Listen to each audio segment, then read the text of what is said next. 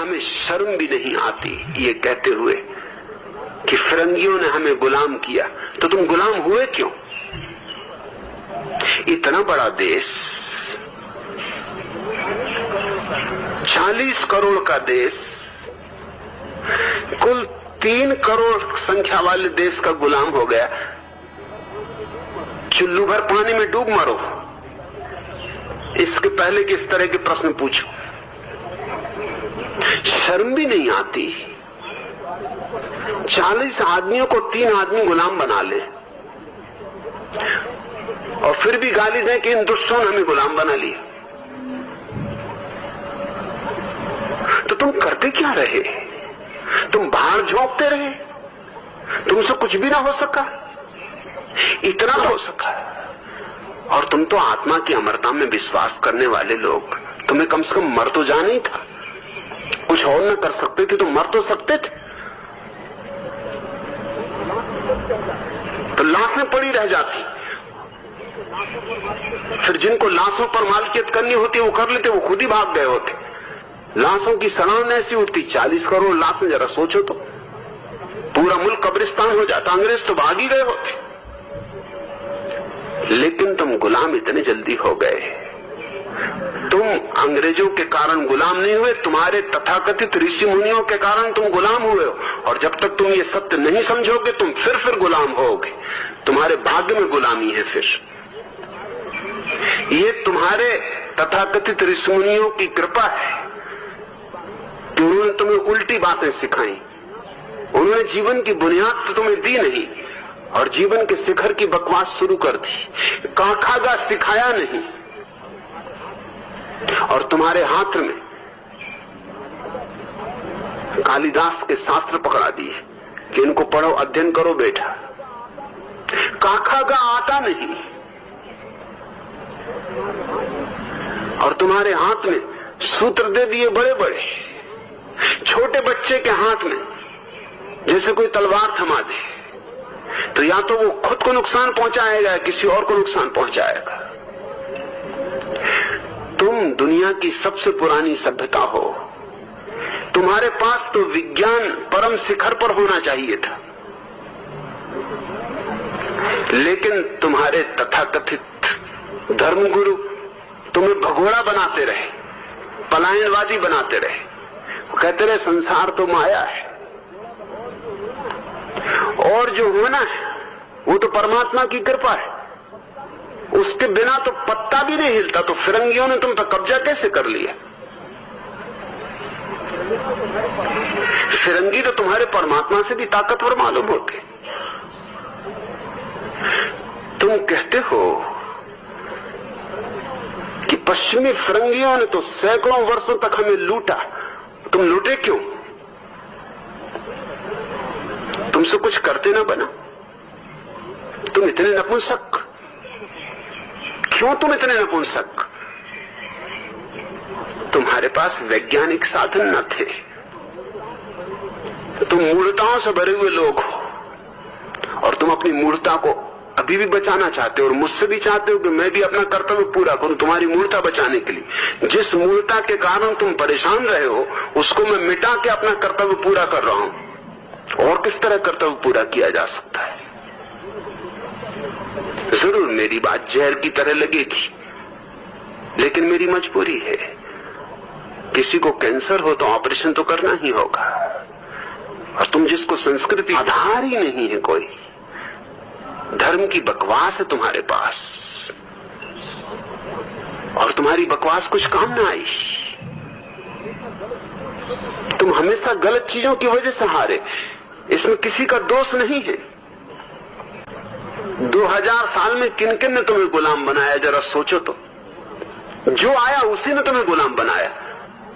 खून आए, बर्बर आए, तुर्क आए, मुगल आए, जो भी आया, अंग्रेज आए, पुर्तगाली आए,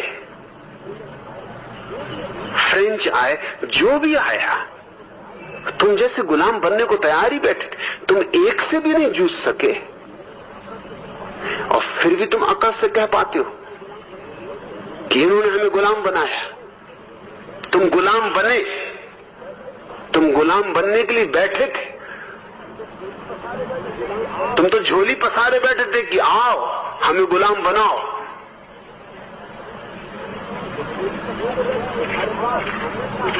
तुम्हारे पास हमेशा अविकसित साधन थे, जो भी आया उसके पास विकसित साधन थे।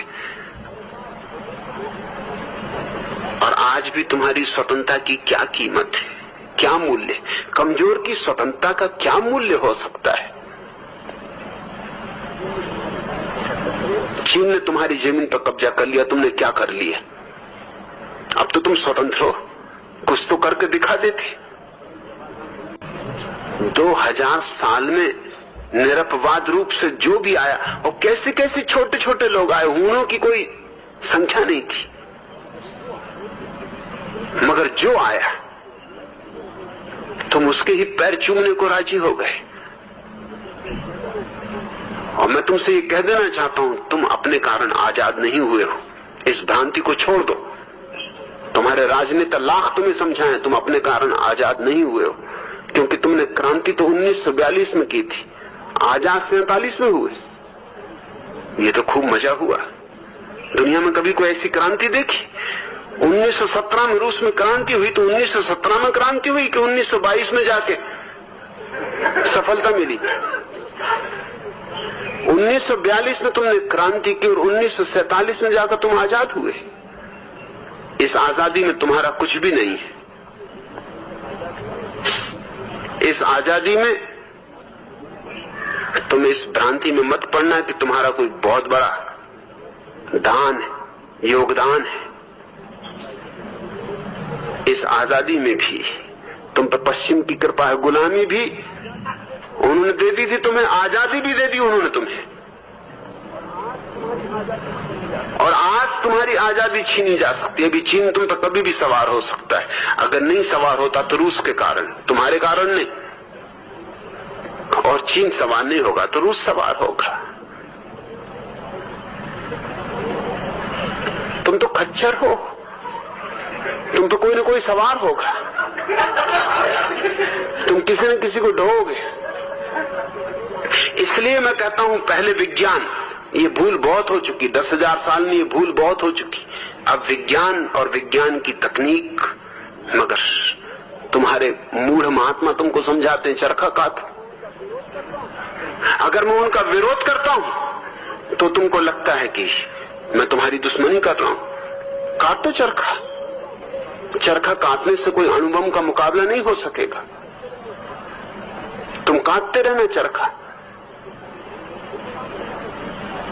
तुम फिर गुलाम होगे।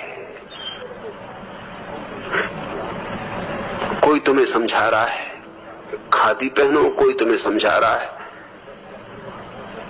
3 ही वस्त्र अपने पास रखो, कोई तुम्हें समझा रहा है ब्रह्मचर्य साधो, कोई तुम्हें समझा रहा है उपवास करो, कोई तुम्हें समझा रहा है कि सिर के बल खड़े हो, योगासन करो, कोई कह रहा पद्मासन लगाओ, सिद्धासन लगाओ। ये तुम लगाते ही रहे 10,000 साल से, और तुमने किया ही क्या। मैं तुमसे कहता हूं, विज्ञान को जन्मा लो, समय रहते जन्मा लो। हमने बड़ी से बड़ी भूल जो की है अतीत में, वो थी विज्ञान को नहीं जन्माया। और हम जन्मा सकते थे क्योंकि हमारे पास कोई विचारकों की कमी न थी, चिंतकों की कमी न थी, मगर हमने चिंतकों और विचारकों को गलत मोड़ दिया। हमने उनको भगोड़ा बना दिया, पलायनवादी बना दिया। हमारे सारे विचारक और चिंतक पहाड़ों में चले गए, गुफाओं में चले गए। अगर अल्बर्ट आइंस्टीन यहां पैदा होता तो बैठे होते किसी हिमालय की गुफा में और जप रहे होते राम राम, या हनुमान चालीसा पढ़ रहे होते।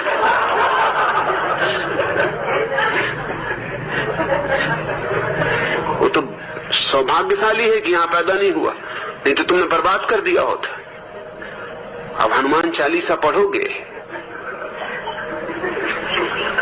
तो ठीक है, जैसी बुद्धि हो जाएगी तुम्हारी। इससे ज्यादा आशा भी क्या कर सकते हो। कोई बंदरों को पूज रहा है, कोई गौ भक्त है, कोई हाथियों को पूज रहा है, कोई जानों को पूज रहा है। इस संस्कृति को तुम मुझसे बचाने को कह रहे हो। इसमें बचाने योग्य क्या है? इस कूड़ा करकट को बचाने की बात कर रहे हो। और तुम कहते हो क्या पश्चिमी सभ्यता का इतना ज्यादा समर्थन और भारतीय संस्कृति का मैं ज्यादा विरोध क्यों करते हैं? इसलिए कि भारत से मुझे प्रेम। मैं चाहता हूं कि ये भी दुनिया में अपना स्थान पाए, सम्मानपूर्वक अपना स्थान पाए, और ये विज्ञान के बिना नहीं हो सकता है। भारत को विज्ञान सीखना होगा, पश्चिम को अध्यात्म सीखना होगा, तभी सारी मनुष्यता एक संतुलन पर आएगी। तो पश्चिम के आदमी से मैं कहता हूं अध्यात्म सीखो, और पूरब के आदमी से कहता हूं विज्ञान सीखो। पश्चिम ने बुनियाद रख ली है, मंदिर नहीं बन पाया। हमने मंदिर की कल्पना कर ली, लेकिन बुनियाद ही नहीं। अगर दोनों में से चुनना हो तो मैं पश्चिम को चुनूंगा, क्योंकि पश्चिम ने कम से कम बुनियाद रख ली। बुनियाद प्राथमिक है, बुनियाद रख ली है तो मंदिर भी बन सकता है। लेकिन बुनियाद ही ना हो तो मंदिर कैसे बनेगा? लाख कल्पनाएं करते रहो, सपने संजोते रहो, कुछ भी ना होगा।